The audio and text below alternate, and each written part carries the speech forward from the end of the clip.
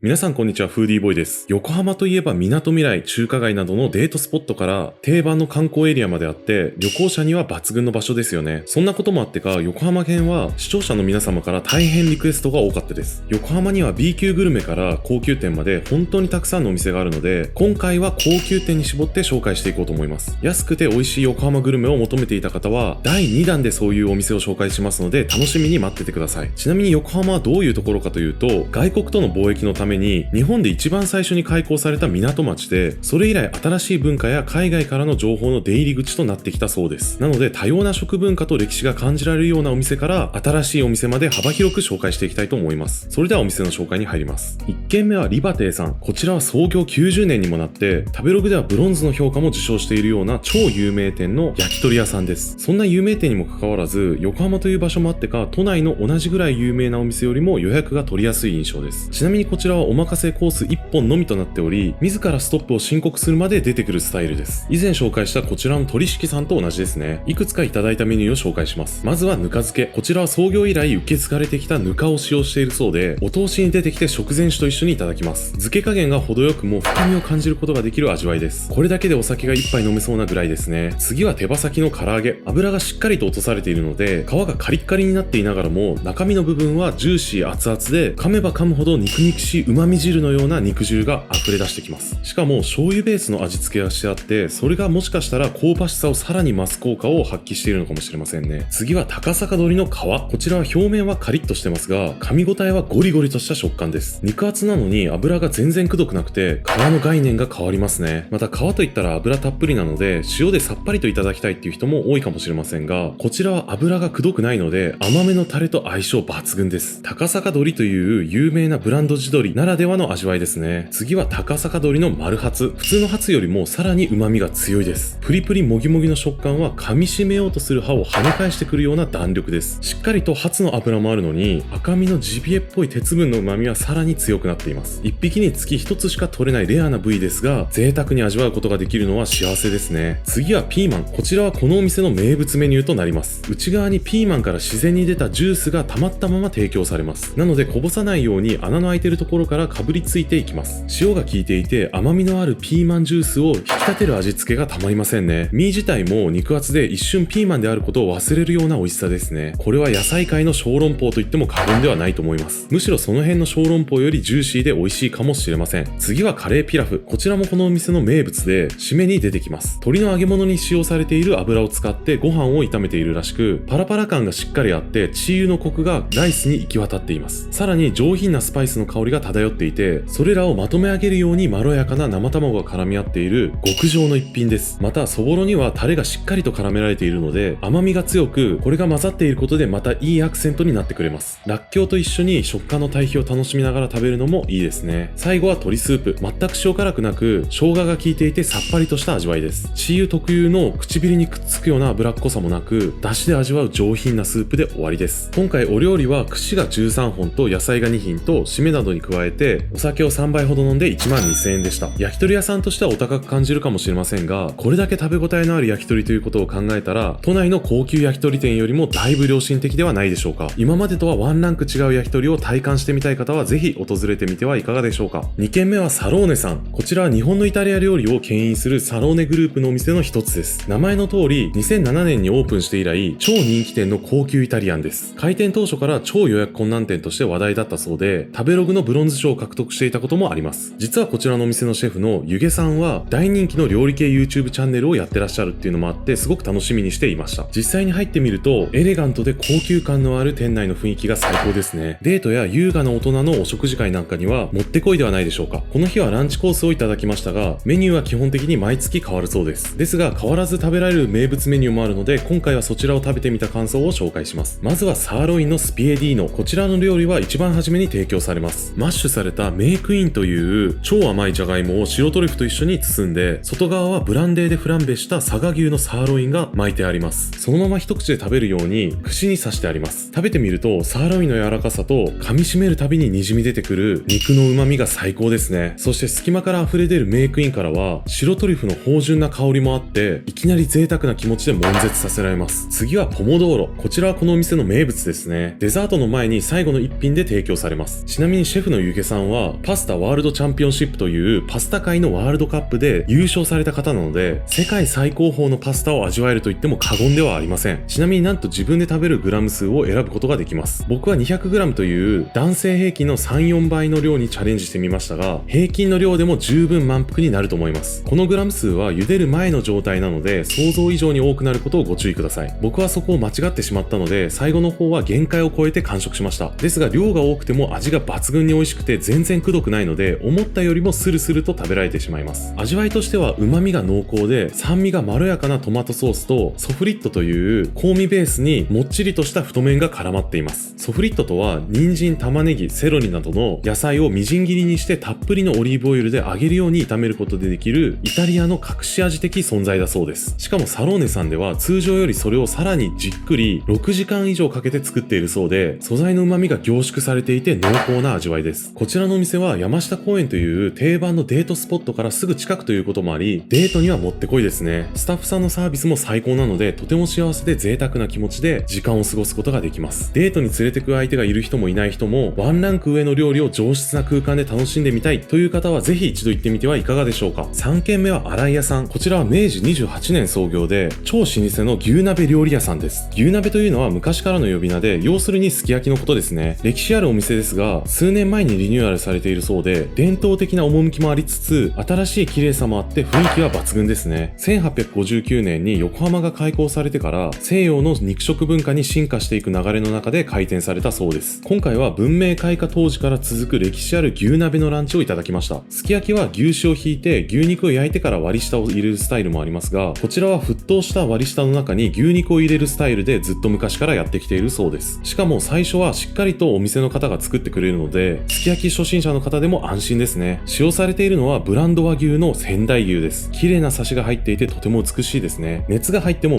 全く硬くならず、溶けながらほどけていくような食感です。また染み込んだタレと和牛のコクのある油の旨味が絡み合い、それを卵黄がまろやかにさっぱりと調和する味わいは最高ですね。ビールかライスどちらかがないと気がおかしくなりそうです。ちなみにライスと味噌汁はランチタイムはおかわりし放題だそうです。安っぽいスカスカの白米ではなく、もっちりとしてて粒立ちも香りもいいライスが食べ放題なのはすごいですね。最後に出てくるアイスで濃い味に慣れた舌をすっきりと爽やかにリセットして終わりです。ランチの時間帯ということもあり、これだけ贅沢な空間とサービスで和牛の牛鍋をいただいてもなんと4950円でした。普通のランチとしてはお高いと感じるかもしれませんが、歴史ある建物とお店でこのクオリティの高いすき焼きを食べられる体験としてはお値打ちではないでしょうか。4軒目は牛光さん。こちらは以前取材させていただいた近光さんと同じ系列で、横浜はオープンしたばかりの高級焼肉屋さんです。牛光グループさんとしては初の横浜進出となります。最近高級焼肉は YouTube で色々と話題になってますが、横浜にはあまりない印象ですね。こちらは全部屋完全個室となっており、牛光グループさんの目利きで選んだ最高品質の和牛を焼き師さんが一個一個焼いてくれます。いくつか食べたメニューを紹介します。まずはウニユッケドッグ。いきなりこの贅沢なメニューが出てきます。提供直前にさっと炙られるパリパリの海苔の上にふんわり固められているユッケ、そしてその上に贅沢に2列のウニを乗せていきます。見てるだけで濃厚さが伝わりますね。振りかけられている塩は塩味が控えめなので、たくさんかかっていても程よい味付けです。ちなみにウニはバフウニと紫ウニの2種類乗っけてくれます。バフウニは甘みが強くて、紫ウニは昆布のような磯の香りが強いです。それがしっかりと脂身が溶けかかった生肉と混ぜ合わさっていく感覚は至福ですね。次はヒレ。こちらは昆布締めした和牛ヒレを低温調理した後、表面をわら焼きにして、最後にくるみのチップで瞬間燻製しています。和牛のヒレなんて塩つけて焼くだけで美味しそうですが、このような工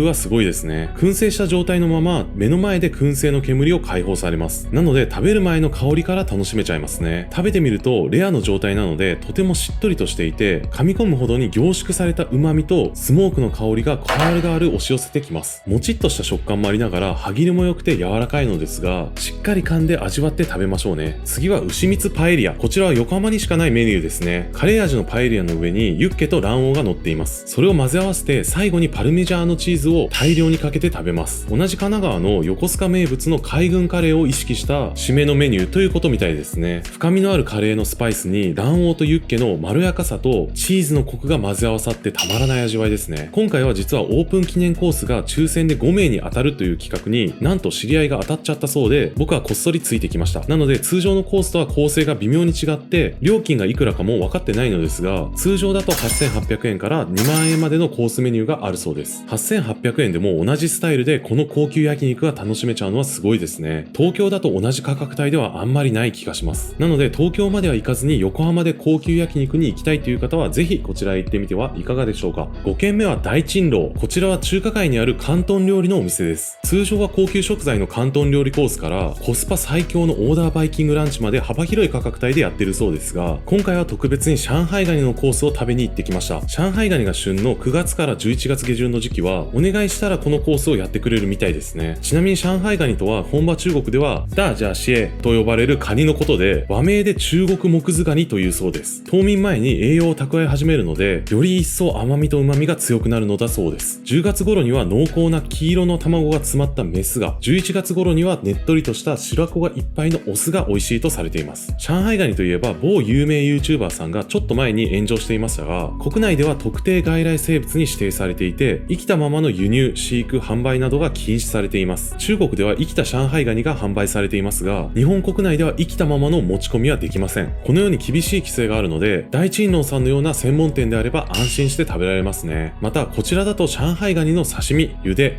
蒸し、その他にもホタテのフライとカニ味噌を和えたものや、カニ味噌とフカヒレを丸ごと合わせたものだったり、カニを飽きさせることなくいろんな食べさせ方で提供してくれるので最高ですね。次の上海ガニシーズンにはぜひこちらをめがけて行ってみてはいかがでしょうか。以上が横浜でおすすめの高級店5選でした。美味しそうだな、行ってみたいなと思ったら高評価をお願いします。横浜以外にもこのチャンネルでは全国のいろんなお店を紹介しています。今後もっといろんな動画を見てみたいと思ってくれた方で、チャンネル登録がまだの人はぜひ登録もしてくださいね。それではまた。